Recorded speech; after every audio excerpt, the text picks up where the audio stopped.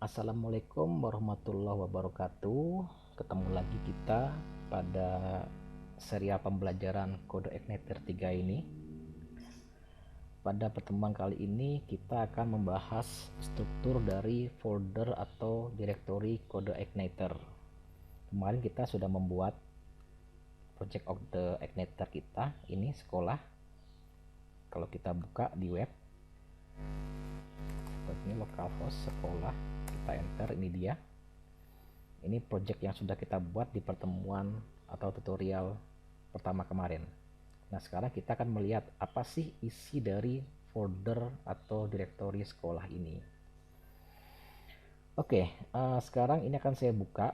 Silakan Anda buka dengan Sublime boleh, atau dengan editor yang lain juga boleh. Kebetulan saya di sini menggunakan Sublime.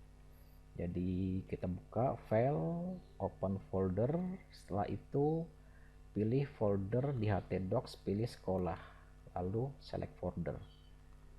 Nah, ini dia. Ini saya close. Oke. Nah, ini di dalam folder kode Igniter yang kita sudah buat kemarin sekolah ini ada 3 buah folder. Yang pertama ada aplikasi, yang kedua sistem, yang ketiga user guide.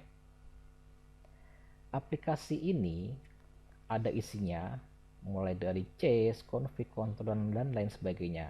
Dan ini yang perlu kita ketahui adalah folder config, control, model, sama view. Itu yang harus kita pahami dulu di awal kita belajar kode Igniter ini.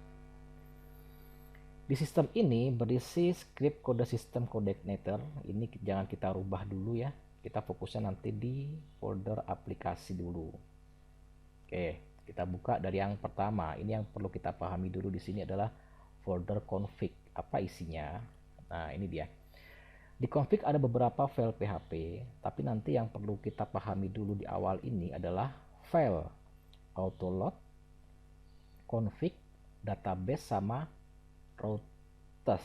Ini yang perlu kita pahami. Apa isinya masing-masing? Kita lihat di sini. Ini isi file autoload. Oke. Di sini kita ada contoh. Saya menggunakan sebuah link dalam project kita. Maka nanti di sini di helpernya ini, autoload helper ini, tambahkan kode di sini ini seperti ini, URL. Kalau link kan URL ya, jadi tambahkan URL. Nah, seperti itu. Ini sebagai contoh saja. Terus contoh kita menggunakan file, tambahkan juga file. Nah, ini sebagai contoh saja. Kalau sudah, nanti disimpan saja. Nah, ini contohnya. Oke. Selanjutnya kita lihat di config. Apa isi config ini? Nah, ini base URL-nya. Base URL-nya apa isinya? Isinya ini. Kita lihat di sini. Nah, kita buka URL-nya ini. Sekolah kemarin kita Ctrl C, copy saja. Silahkan pastekan di sini. Nah, ini base URL-nya. Setelah itu simpan. Perhatikan di sini. Kalau dia masih bulat berarti belum disimpan, tapi kalau sudah tanda silang artinya sudah disimpan. Perhatikan, saya Ctrl S, nah, maka dia sudah tersimpan ini. Ini masih belum disimpan, saya Ctrl S, nah, berubah di sini. Oke, itu untuk base URL. Untuk yang di pengaturan config, kita lihat di bawah. Kita lewatkan saja dulu. Saya kira untuk di config ini itu dulu yang penting. Yang perlu kita rubah adalah base URL-nya. Oke, selanjutnya yang penting juga untuk di awal ini adalah database. Database ini untuk pengaturan konfigurasi koneksi database kita. Lihat ke bawah. Nah, ini dia. Di sini username kalau kita menggunakan server lokal biasanya kita isinya root. Oke, setelah itu passwordnya biasanya dikosongkan saja. Database-nya terserah, sesuaikan dengan database yang sudah kita buat. Contoh DB sekolah. Nah, seperti itu untuk pengaturan konfigurasi database. Yang tiga yang terakhir ini yang perlu kita ketahui adalah route. Nah, routes ini apa? Routes ini adalah pengaturan controller. Ini dia. Apa itu controller? Controller akan kita bahas di pembelajaran berikutnya, tutorial berikutnya. Jadi gini, jalannya seperti ini. Kalau kita lihat di URL sini, kita memanggil sekolah. Oke. Artinya apa? Di sekolah itu ada sebuah controller, itu yang pertama kali dijalankan sama CI ini.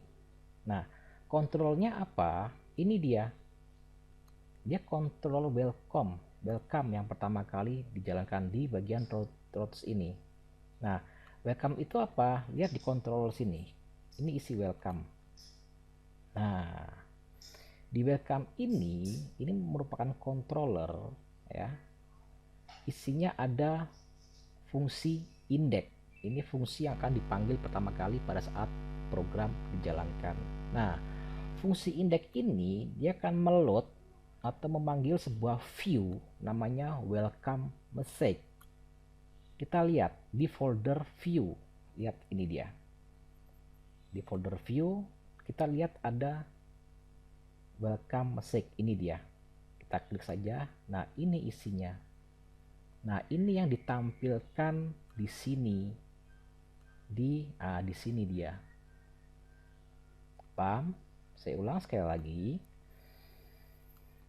URL ini pertama kali jalan, dia akan memanggil sebuah controller. Oke, controllernya apa? Bisa kita lihat di sini di config, lalu kita pilih routes. Di routes ini kita paling bawah lihat ini ada pengaturan default controller. Defaultnya adalah controller welcome. Kita lihat apa isi welcome itu. Kita buka folder controller ini, terus kita buka file welcome php. Ini dia isinya. Nah, dalam control welcome ini ada sebuah file index, class index. Ini kelas yang akan pertama kali dijalankan pada saat kita membuka browser. Class index itu isinya apa? Isinya sebuah perintah untuk meload atau menampilkan sebuah view. View itu apa? Akan dibahas di pertemuan selanjutnya. Dia akan memanggil sebuah view dengan nama welcome message. Sekarang kita lihat folder view mana? Folder view ada di sini. Nah, ini dia. View kita buka, lihat file welcome message php. Ini dia.